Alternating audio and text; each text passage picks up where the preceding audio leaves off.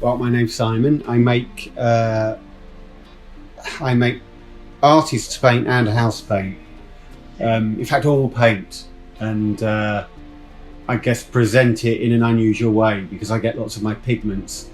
In fact, a lot of pigments do come from the Netherlands, so I display it with clogs so that you get to see the different shadows and shapes and the inconsistency of colour. So that's kind of a helpful device. And I make it with linseed oil and pigments from around the world. Some of the pigments are local, but in most cases, pigment, you don't get particular colours. You're specified to particular places, so you can get ochres from south of France and Italy and Cyprus, and then you get oxides, which are effectively rusted metals. And it's a good way to look at it. If you see rust, it goes red, and that's essentially a pigment. That's a hematite or an iron ore. And that's the same for aluminium, zinc, and a variety of other copper. Famously, you get a green or blue pigment. And so I collect all these things, and then I present it in a way that hopefully makes it interesting and makes the shop maybe magical. That's the key thing. And then I, curate it. I mean, it's a sort of rather overused word, but I curate the colours and make them attractive, hopefully. I don't have a background in any kind of art. Making paint's a simple thing. It's a bit like making bread. You have few ingredients, you mix them all together at different ratios, and you get different types of bread and different consistencies, not different flavours in the case of paint. But, it's simple stuff. But I actually studied philosophy, so it's not really that connected to... I mean, colour could be perhaps connected to philosophy in terms of the way that you understand and perceive things, but essentially I have an academic degree and I make paint. So the name of your business is Colour Makes People Happy. Yeah. Why do you think that is? I think it's probably in our hard drive. I think we seek out colour in the same way that you might, a caveman was looking for ripe fruit. So you're looking for bright, intense colour. So it's almost a survival mechanism. And I think that's probably why we're so, enchanted and enamoured by brightly, essentially, the colour of the world. The world used to be grey and brown, essentially. I mean, you get flowers and bright sunshine, but permanent colour doesn't exist, apart from in very small deposits, which are minerals and precious stones, which is why they're precious, because there's few of them. It's the scarcity principle, that if it's very little of it, it has more value. And I think paint's the sort of smart way to try and make colour permanent. Was there a specific inspiration for starting this sort of a business? Lack of ability to be able to paint. I like art, and I used to like painting my bedroom like you do when you're younger. And it was a way in. It was a shoe in to being in that world. But it is. It's at the sort of the interface rather than the actual sort of action of making art. I make the paint, and hopefully, in a way, make it slightly artful, because it's got funny names, and there's no hiding from it. It's an arty place, and that can be a good thing, or it can be a tiresome thing.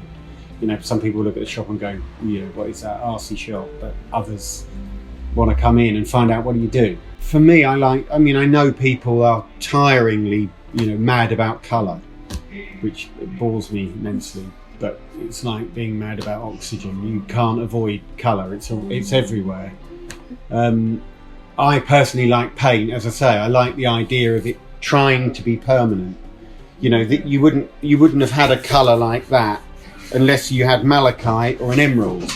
That only exists in paint in permanent form. You get a flower that colour, or a tropical fish, or a bird of paradise, but that's ephemeral. That will die and turn brown ultimately. Whereas paint will stay like that for quite a long time. I mean, it does fade, but it's a feeble attempt at permanence, and I like paint for that reason. It's noble, and it's the only thing that we're surrounded by.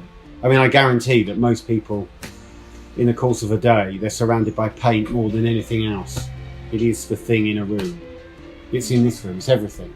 You step out there, all you're looking at is paint. I mean, there's a lot of bricks, but there's more paint. It's everywhere, it's a commodity. So, could you explain for our readers what the process and journey of coming into the shop and curating a paint with you would be like? well, it probably looks sort of esoteric, but it's quite simple. You just choose a colour. You can take a colour from my colour card, or invariably someone will choose a colour and say, oh, I really like this, but can it be a bit redder? And then you're like, okay. And so then I can put some pigment in it to make it a little bit more, suited to the colour that you're thinking of, which is in some sense nonsense, because that colour there, even as I show it to you, is different here and it's different here.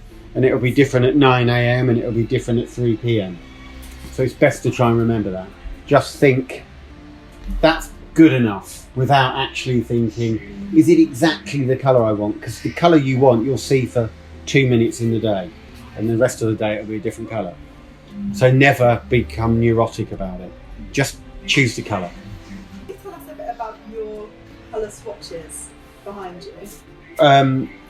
Well, I mean, to make it even more arty, I say that pejoratively, I pair all my colours with music, so that not only do they have long, irreverent names like More Trouble Than It's Worth, which is actually named after a customer, but they are, I'll have found that colour in a film, and this one will be from the film Betty Blue. I remember a piece of furniture that colour, and then I'll give it some music that it might be. I mean, it could be anything. It might be Captain Beefheart, it might be Mozart, and then I'll pair it with some colour and in a peculiar way. I mean, if you can pair wine with cheese, you can pair paint with something else, with music, and I think that makes it quite charming. And the other thing is, it's an economical thing. You can buy these, it weds you to the colour more when you have it on a piece like this.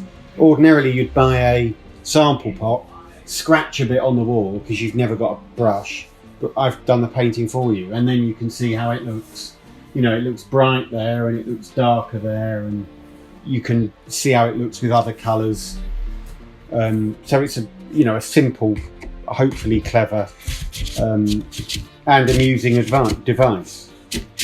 And it comes in a record sleeve, which is quite nice. It's lovely. So you sort of, my marketing thoughts are, you're wedded to it, you like it more. And then I have all of them in record sleeves, so hopefully ultimately the shop will look like a record shop. My ultimate aim, which is taking a long time, because if you take competitors of mine like Farrow and Ball, their provenance is always stately homes or National Trust or English Heritage. And no one lives in a National Trust building, not many people do anyway, and no one lives in an English Heritage building. Most people live in modern homes. So I don't know why the provenance can't be something else, and films is as worthy as anything else. So to paint your house in the style of the Duke of Devonshire's stately home is irrelevant, but to paint it in the colours of The Shining, a film that someone might like, is more amusing, and it becomes quite a nice thing. I mean, that will be what I call the box set, and that will be the complete works of, as I say, The Shining, or a film, the Grand Budapest Hotel, or it could be and it'll have the 26 colours that I choose that hopefully make up that film, and then they'll be available in all good shops. And do you have a favourite film? The best film for colour, there's two. There's The Umbrellas of Cherbourg, which is extremely colourful. There's no dialogue in it, it's all sung. And Saturday Night Fever, because in Saturday Night Fever, the main protagonist, John Travolta, works in a paint shop, and so paint shops are ultimately quite boring places to work, so you want to go to the disco on Saturday night. But if you've got a paint shop like mine, you quite enjoy working in it. I think probably the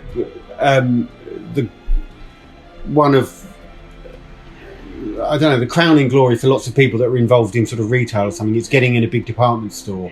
And to be in Liberty for a few years was a big thing. I used to supply the whole of the store. I used to do the windows. I used to make the Liberty purple, which is there, which is called You're Taking a Liberty, because they dumped me ultimately.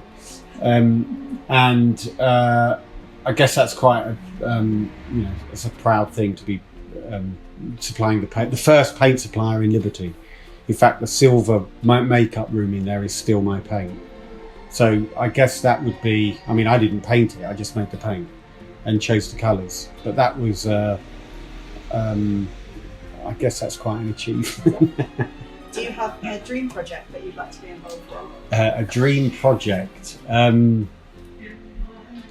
Not really, not a project really, as much as I'd like to have a few more shops that are that people would recognise, you know, in the same way that you might go to an art shop. There's a shop in London called Cornelison's, and there's Farrow and Ball, which are now sort of in people's minds. They'll know that. But to have an interesting magical shop is enough. But a few of those. I mean, I have one in London. I have one here. I'd like a few more. That would be my sort of idea. There's absolutely no logic to naming a colour. There's no logic in any case. When people titter about the colour of a Farrow and Ball colour, or any other paint brand, actually, they say, oh, the colours are funny. They're not that funny. So I try and make mine funny, which also means that they're not that funny, because you're just really extending the joke. But I just make them as cumbersome as possible. So there's a colour there called He Was a Man Who Used to Notice Such Things. I mean, that colour could be black. It happens to be yellow or green or whatever someone might say it is. But if I overhear someone or I think of something that's funny, like that's called What If 6 Was Really a 9? Now, I guess that's some sort of philosophical sort of... Do you think that's where your philosophy comes into? Not really, it's just trying to be funny.